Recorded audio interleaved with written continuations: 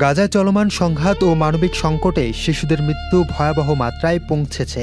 স্থানীয় স্বাস্থ্য মন্ত্রণালয় এবং জাতিসংঘের শিশু বিষয়ক স্বাস্থ্য ইউনিসেফ জানিয়েছে, চলমান সংঘাতে এ পর্যন্ত 60,000 মানুষের প্রাণহানি ঘটেছে, যার মধ্যে 18,500 জন শিশু। ইউনিসেফের তথ্য মতে গাজায় প্রতিদিন গড়ে 28 জন শিশু নিহত হচ্ছেন, যা একটি পূর্ণ শ্রেণীকক্ষের সমান। সংগঠনটি একে অসহনীয় ও অগ্রহণযোগ্য বলে আখ্যা দিয়ে দ্রুত যুদ্ধবিরতি ও অবাধ মানবিক সহায়তা পৌঁছানোর আহ্বান জানিয়েছেন। গাজায় খাদ্য ও পুষ্টির তীব্র সংকট দেখা দিয়েছে। বিশ্ব স্বাস্থ্য সংস্থা জানিয়েছে, গত কয়েক মাসেই অনাহার ও পুষ্টিহীনতায় অন্তত 175 জনের মৃত্যু হয়েছে, যাদের মধ্যে 93 জনই শিশু। বান্ডেল থাকলে প্রতি সেনমানিতে টাকা বাঁচবে। বিকাশ সেনমানি বান্ডেল কিনে জিতুন প্রতি লেনদেনে।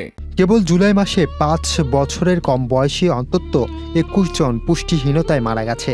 জাতিসংঘের হিসাব বলছে, গুরুতর পুষ্টিহীনতায় আক্রান্ত 6,000-এরও বেশি শিশু জরুরি চিকিৎসা নিয়েছে। তবে এ ধরনের বিশেষ খাদ্য আগস্টের মধ্যেই ফুরিয়ে যাওয়ার ঝুঁকি তৈরি হয়েছে। ক্ষুধার্ত মানুষের সহায়তায় নিতে গিয়েও প্রাণ হারাতে হচ্ছে। শুধু সাহায্য বিতরণের পয়েন্টে হামলা ও গুলিতে কয়েক মাসেই অন্তত 800 জন নিহত হয়েছেন, যাদের মধ্যে শিশুদের সংখ্যা উল্লেখযোগ্য। ইউনিসেফ, WHO সহ আন্তর্জাতিক সংস্থাগুলো সতর্ক করছে, শিশুদের জন্য পরিস্থিতি এখন গণদুর্ভিক্ষের পর্যায়ে পৌঁছেছে। তারা অবিলম্বে যুদ্ধবিরতি, অবাধ সহায়তা, প্রবেশাধিকার এবং খাদ্য নিরাপত্তার বিতরণের দাবি জানিয়েছে। Muin Tajdid, channel I.